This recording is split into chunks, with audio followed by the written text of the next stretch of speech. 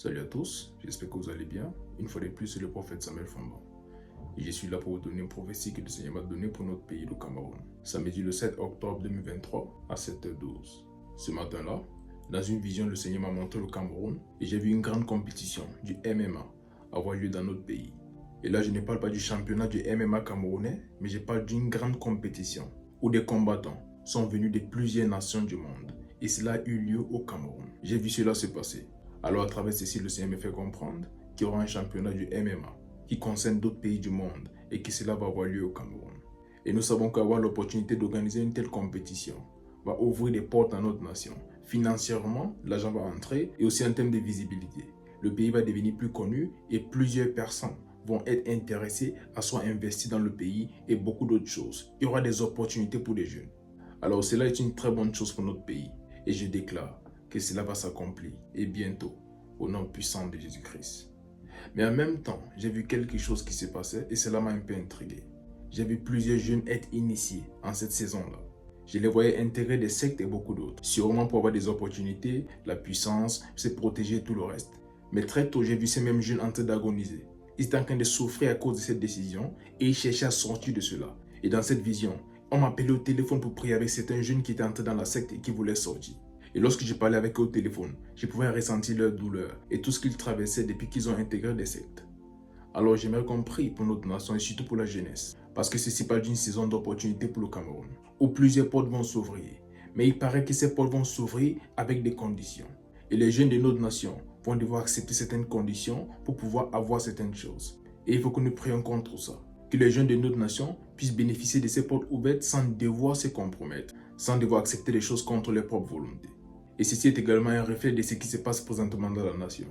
Que lorsqu'il y a des opportunités, pour que les jeunes de cette nation puissent bénéficier de ces opportunités, on les oblige à se compromettre en entrant dans les sectes, en devenant homosexuels et tout le reste. Mais nous allons prier que cela change. Que les jeunes de notre nation puissent s'épanouir et s'établir sans devoir se compromettre, sans devoir entrer dans les sectes et tout le reste. Que le Seigneur nous ouvre ses portes, mais qu'il protège la jeunesse camerounaise contre tout ce que l'ennemi planifie.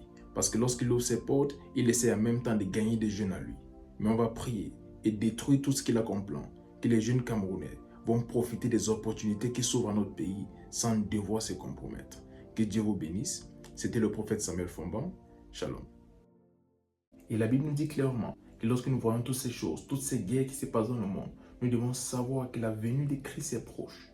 Donc en même temps, je vais appeler à tous les enfants de Dieu, à ceux qui ne connaissent même pas encore Dieu, que c'est très important de donner vos vies à Dieu pour ceux qui ne l'ont pas encore reçu et pour ceux qui le connaissent, de marcher avec lui de façon intime. Parce que tous ces signes prouvent que notre Seigneur revient bientôt. Et lorsqu'il revient, il faut qu'il nous trouve prêts à l'accueillir. Parce que ceux qui ne seront pas prêts ne seront pas enlevés. La Bible nous parle de 10 vierges. Toutes les 10 étaient vierges, mais il n'y avait que 5 qui étaient prêtes pour recevoir le maître. Il y avait 5 autres qui n'étaient pas prêtes. Et au moment où il est venu, les 5 qui n'étaient pas prêtes étaient allés acheter de l'huile pour les lampes. Et lorsqu'ils sont revenus, il était déjà rentré et la porte était fermée.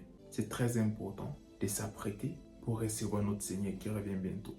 Et même cette nuit, le Seigneur me disait, repentez-vous car je reviens bientôt. Et lorsqu'il me parlait, j'ai eu une vision dans laquelle il y avait 2 groupes de personnes. Et un groupe était à l'intérieur et d'autres à l'extérieur. Il y avait comme quelque chose de transparent qui les séparait. Ceux qui étaient à l'intérieur et ceux qui étaient à l'extérieur.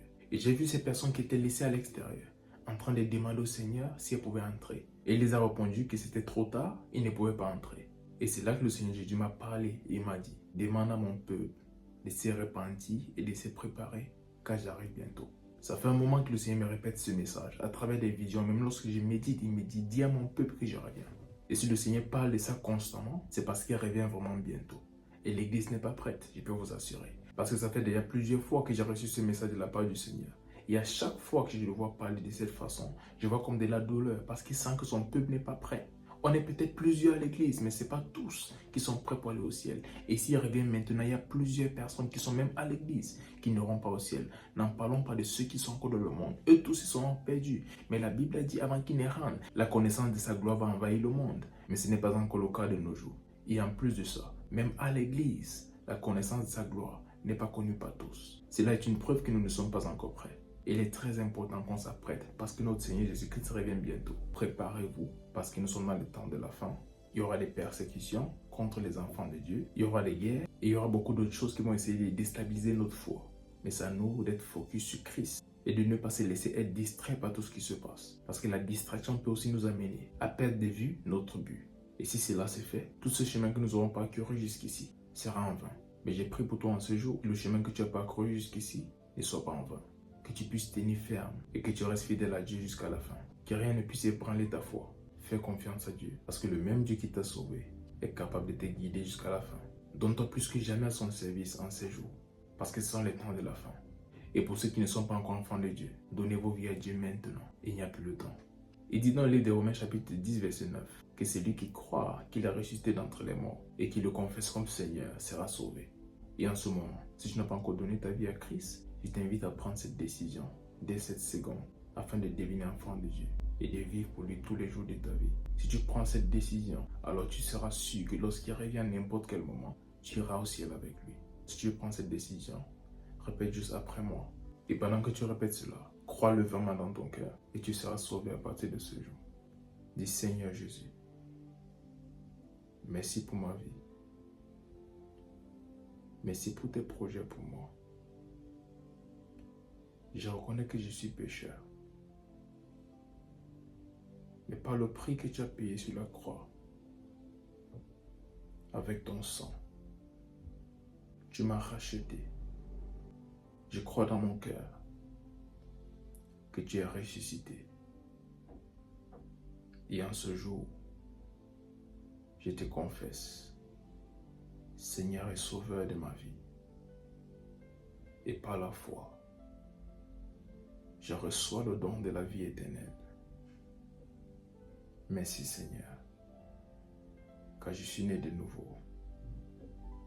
Je suis ton enfant. Les choses anciennes sont passées. Et voici toutes choses sont devenues nouvelles. Par ta grâce, je vivrai pour toi tous les jours de ma vie. Au nom puissant de Jésus. Amen.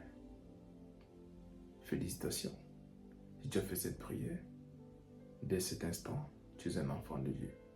Cherche une bonne église dans ta ville et va y persévérer afin qu'il t'apprenne les voies de Dieu et la parole de Dieu. Marche intimement avec Dieu. À partir de ce jour, prends du temps quotidiennement pour lire ta Bible et pour prier.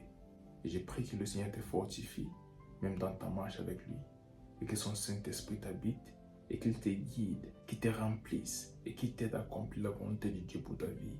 Et surtout qu'il t'aide à demeurer ferme jusqu'au dernier jour, lorsque le Seigneur Jésus-Christ va revenir pour prendre les siens.